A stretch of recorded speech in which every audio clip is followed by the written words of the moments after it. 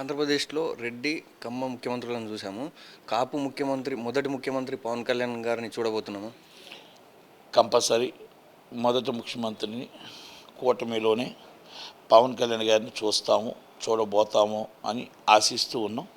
ఇది నా ఒక్కరి మాట కాదు, ఆంధ్రప్రదేశ్లో కాపులు అందరూ ఎదురు చూస్తున్న మాట. కాపులు ఒక్కలే కాదు, ఎస్సీ, ఎస్టీ, బీసీ, మైనార్టీలు, ఓసీలు అందరూ ఆయన సీఎం అవ్వాలని కోరుకుంటున్నారు.